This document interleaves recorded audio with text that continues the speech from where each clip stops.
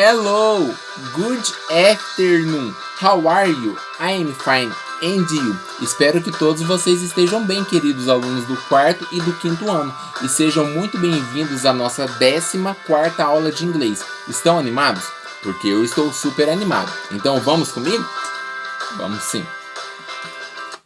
Crianças, na nossa última aula, nós começamos a aprender sobre o passado do verbo to be, que é o verbo que significa ser ou estar. Primeiro, antes de nós revisarmos o passado do verbo to be, vamos revisar o presente e o seu significado, combinado? Nós sabemos que eu em inglês é I. Eu sou, eu estou, I am. E como que fala, por exemplo, eu estou triste? I am sad. Nós sabemos que você em inglês é you. O verbo to be do you, are. Você está triste, por exemplo, you are sad. Nós sabemos que ele para menino em inglês é he. O verbo to be do he, is. Ele está triste, he is sad. Nós sabemos que ela em inglês é she. Verbo to be do she, is. Ela está triste, she is sad. Para objetos ou animais, it. Verbo to be do it, is. Vamos supor que o cachorro esteja triste. It is sad. Como que nós falamos nós? We.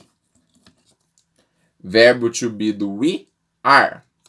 Nós estamos tristes. We are sad. Eles ou elas em inglês. They. Verbo to be do they, are. Eles estão tristes. They are sad. E nós aprendemos também que a forma negativa do verbo to be no presente é só colocar o not depois do verbo to be. Então, crianças, na última aula, nós começamos a aprender sobre o passado do verbo to be, que significa quando eu quero falar que algo era ou estava no passado. Então, como que eu falo, por exemplo, eu estava ou eu era? I was. Nós aprendemos que o passado do verbo to be para o I é was. Então, I am. Presente. I was. Passado. Eu estava triste. I was sad. Sempre para o I nós utilizamos o was. You. Qual que é o passado do verbo to be para o you? You were. You were. O presente é you are. O passado, you were. Você estava triste. You were sad. Entenderam? Ele para menino. He. Como que eu falo ele era ou ele estava no passado? He was. O presente era is. O passado é was. Ele estava triste. He was sad. Para o she, ela. She was. O presente era she is. O passado, she was. Ela estava triste. She was sad. Para objetos ou animais, it. Passado do verbo to be para o it was. O presente era it is. O passado, it was. Por exemplo, o cachorro estava triste. It was sad. Nós, we. O passado do verbo to be, we were. O presente era we are. O passado, we were. We were. Nós estávamos tristes. We were sad. Entenderam, crianças? Eles ou elas. They. O passado do verbo to be pro they were.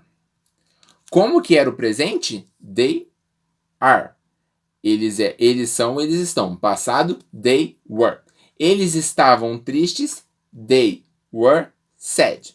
E também nós aprendemos que para passar para a forma negativa, tanto no presente do verbo to be, tanto no passado, é só colocar o not após o verbo to be. Então, por exemplo, eles não estavam tristes.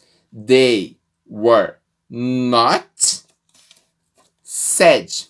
Conseguiram revisar e entender o passado do verbo to be, crianças? É isso aí. Então, pensando nisso, nós iremos realizar a nossa atividade do dia de hoje, que é sobre o passado do verbo to be do dia 18 de maio. Vamos ler o enunciado do número 1?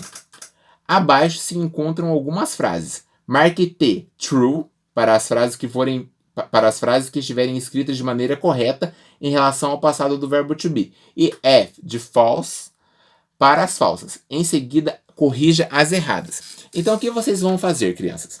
Aqui nós temos 5 frases. E eu não sei se essas frases estão corretas ou se elas estão incorretas. Vocês vão analisar a pessoa e o verbo to be que está utilizando a frase. Se a frase estiver certa, você vai marcar um T de true, T de verdadeiro. Se estiver errada, você vai marcar F de false. E as que estiverem erradas, na linha de baixo vocês irão escrever elas da maneira correta. Combinado? Isso aí. O número 2 está escrito assim. Passe as frases abaixo para a forma negativa. Então aqui, crianças, nós temos 3 frases na forma negativa, no presente do verbo, na forma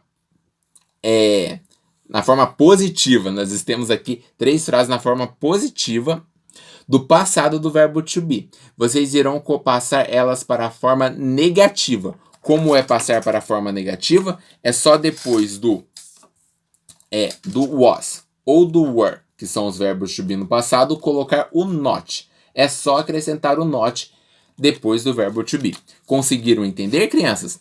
Essa é a nossa atividade da aula de hoje e espero que vocês tenham gostado. Bye, bye!